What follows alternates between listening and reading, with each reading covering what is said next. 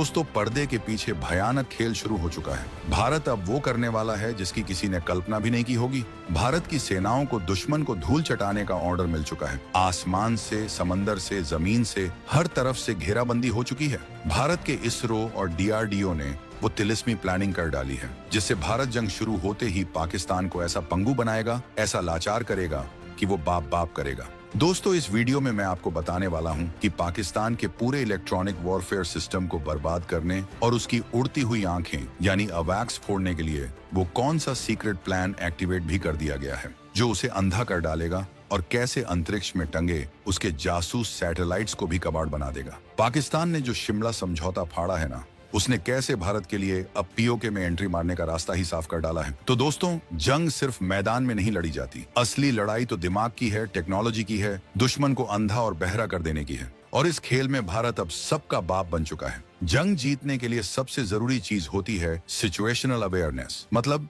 Army को पता होना चाहिए कि दुश्मन कहाँ है, क्या कर रहा है और उसे कैसे निशाना बना सकते हैं। और यहीं पर भारत मारेगा अपना मास्टर स्ट्रोक। दोस्तों, पाकिस्तान के पास एक चीज है जिस पर वो बहुत इतराता है, उसका airborne early warning and control system अवैक्स, जिसका नाम है SAB 2000 एरियाई, SAB 2000 एरियाई। आसान भाषा में समझो तो ये उड़ता हुआ रडार स्टेशन है। पाकिस्तान की आसमानी आंख ये सैकड़ों किलोमीटर दूर से भारत के अंदर झांक सकता है। ये ट्रैक कर सकता है कि हमारे फाइटर जेट्स कहां उड़ रहे हैं, हमारी मिसाइलें कहां जा रही हैं। ये रियल टाइम में पाकिस्तानी एयरफोर्स को कमांड देता है, उन्हें बताता है कि कहां हमला करना है, कहां बचना है। ये पाकिस्तान की डीप स्ट्राइक कैपेसिटी की रीड है। समझ गए? ये वो आंख है जिससे वो हमें देखता है। लेकिन दोस्तों, जंग शुरू होते ही पहले कुछ घंटों के अंदर भारत का पहला टारगेट होगा यही पाकिस्तानी अवैक्स।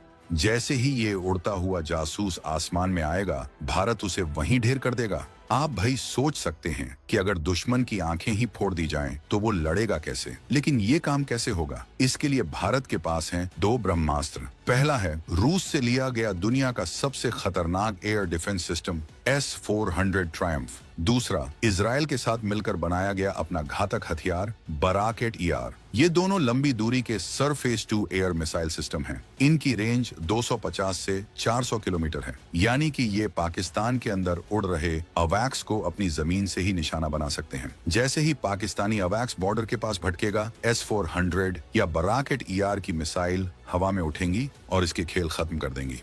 और दोस्तों, जैसे ही पाकिस्तान की आसमानी आंख फूट जाएगी, उसे पता ही नहीं चलेगा कि भारत के लड़ाकू विमान कहां से आ रहे हैं। उसका पूरा वॉर मैनेजमेंट नेटवर्क चरमरा जाएगा। एयरफोर्स और जमीनी फौज के बीच तालमेल खत्म हो जाएगा। इसके बाद उसे सिर्फ जमीन पर लगे रडार्स पर निर्भर रहना पड़ेगा, जो पहाड़ों जैसे इलाकों में उतने कारगर नहीं होते। मतलब आधी लड़ाई वो वहीं हार गया। मतलब भारत के अंदर घुसकर हमला करने की उसकी क्षमता लगभग खत्म हो जाएगी। वो अपने बचाव में ही उलझ कर रह जाएगा। फिर शुरू होगा भारत का असली तांडव। जब पाकिस्तान अंधा हो चुका होगा, तब हमारे राफेल, तेजस, सुखोई, मिराज जैसे फाइटर जेट दुश्मन के इलाके में घुसेंगे बिना किसी डर के, क्योंकि उन्हें ट्रैक करने वाली आंखें तो हमने फोड़ दी जा चुकी होंगी। तब भारत की हाइपरसोनिक मिसाइलें, जिनकी स्पीड आवाज से 5 से 7 गुना ज्यादा होती हैं, वो सेकंडों में पाकिस्तान के फौजी ठिकानों को राख में बदल देंगी। जब तक पाकिस्तान को पता चले कि हमला हुआ है, तब तक तो सब कुछ तबाह हो चुका होगा। लेकिन कहानी यहीं खत्म नहीं होती दोस्तों। आजकल की जंग सिर्फ गोली बम की नहीं, सिग्नल्स की है, जैमिंग की है, दुश्मन के कम्युनिकेशन को ठप कर देने की है। इसे कहते हैं इलेक्ट्रॉनिक वॉरफेयर। पाकिस्तान के पास जो भी थोड़ा बहुत EW का तामझाम है ना, भारत उसे भी शांत कर देगा। हमारे पास ऐसे ढांसू सिस्टम हैं जो दुश्मन के रडार को कंफ्यूज कर सकते हैं, उनके मिसाइल गाइडेंस सिस्टम को भटका सकते हैं, उनके कमांड सेंटर्स का कम्युनिकेशन जाम कर सकते हैं। मतलब दुश्मन ना कुछ देख पाएगा, ना सुन पाएगा, न अपने सैनिकों को ऑर्डर दे पाएगा। उधर हमारी सेनाएं सुरक्षित नेटवर्क पर आराम से एक दूसरे से जुड़ी होंगी। इस तरह भारत पाकिस्तान को तकनीकी तौर पर लकवा मार सकता है। मतलब न इंटरनेट काम करेगा, न फोन, न रडार, दुश्मन बस तिलमिलाता रह जाएगा। हालांकि दोस्तों, पाकिस्तान के पास सैटेलाइट भी हैं। हालांकि वो गिनती के 1-2 ही हैं, वो भी बहुत कम कैपेसिटी वाले हैं, जिनका ताबीज बनाने का भी भारत के पास पूरा इलाज है। भारत के पास पहले से ही AS-SAT यानी एंटी सैटेलाइट मिसाइल मौजूद है, जो उनका पलक झपकते ही कबाड़ बना डालेगी। अगर जंग छिड़ी तो जमीन पर दुश्मन की हालत खराब करने की भी भारत ने तैयारी कर ली है। यहाँ भारत की स्पेशल फोर्सेस मैदान में उतरेंगी। वो खास कमांडो जो छाया बनकर पाकिस्तान के अंदर घुस जाएंगे और कोहराम मचा देंगे। भारत के इन विशेष बलों में अलग अलग विंग हैं। इंडियन एयरफोर्स के गरुड़ कमांडो दुश्मन के हवाई अड्डों पर गुप्त हमले करने और वायुसेना को आंख कान देने में माहिर हैं। जंग छिड़ते ही गरुड़ कमांडो पाकिस्तान के एयरबेस पर छापे मारकर उनके लड़ाकू विमानों को उड़ान भरने से पहले ही नष्ट कर सकते हैं। नौसेना के मार्कोस कमांडो यानी मरीन कमांडो पानी के अंदर और तट पर लड़ने के उस्ताद हैं। इन्हें दुश्मन की नेवी के लिए काल कहा जाता है। मार्कोस की खामोश मार से दुश्मन के समुद्री ठिकानों पर कहर बरपेगा। वे रात के अंधेरे में समुद्र से उभरकर कराची जैसे बंदरगाहों पर हमला कर सकते हैं। पाकिस्तानी जहाजों को पानी में ही डुबो सकते हैं। इनकी दाढ़ी और बेहिसाब जामबाजी के चलते पाकिस्तानी इनको दाढ़ी वाली फौज कहकर खौफ खाते हैं।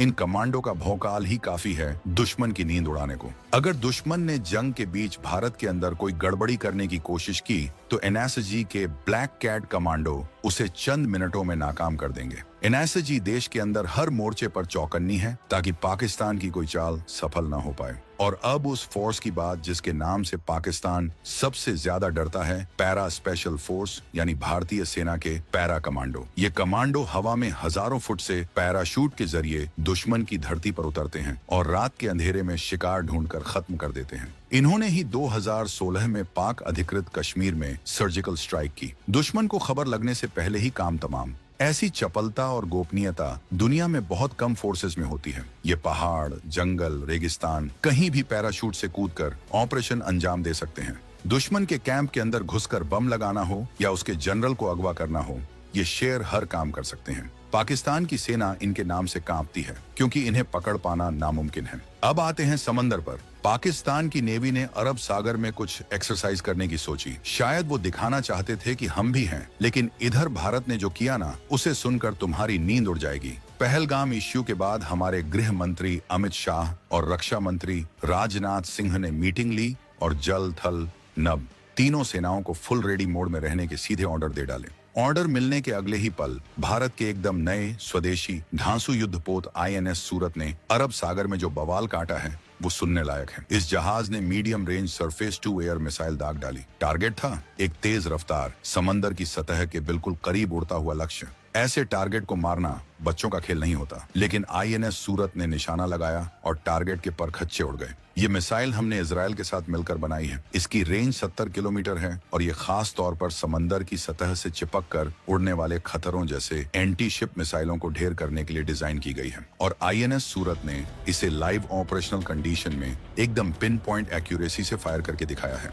इस टेस्ट में एक और तिलिस्मी चीज हुई है और वो है कोऑपरेटिव एंगेजमेंट तकनीक का इस्तेमाल। आसान भाषा में समझें तो आईएनएस सूरत ने सिर्फ अपने रडार और सेंसर का इस्तेमाल नहीं किया, बल्कि दूसरे जहाजों या एयरक्राफ्ट के सेंसर से मिली जानकारी को मिलाकर एक साथ कंबाइन करके टारगेट को लॉक किया और मिसाइल दाग दी। ये दिखाता है कि हमारी नेवी कितनी एडवांस्ड और नेटवर्क सेंट्रिक हो चुकी है। और सबसे बड़ी बात ये रही कि ये टेस्ट भारत ने ठीक उसी इलाके के पास किया है जहां पाकिस्तान अपनी नेवी की एक्सरसाइज कर रहा था। उनका ये भारत का खुला चैलेंज था कि हम बीच समंदर में तुम्हारी छाती पर चढ़कर मिसाइल दाग रहे हैं। अब जब भारत ने चारों तरफ से ऐसी घेराबंदी कर दी है तो पाकिस्तान क्या कर रहा है? वो तिल मिला रहा है और बौखलाहट में ऊल जलूल हरकतें कर रहा है। भारत ने जैसे ही सिंधु जल संधि पर सस्पेंड कर दिया तो पाकिस्तान चिल्लाने लगा कि ये तो जंग का ऐलान है। तुरंत ड्रामा करते हुए 1972 के शिमला समझौते को निलंबित कर दिया।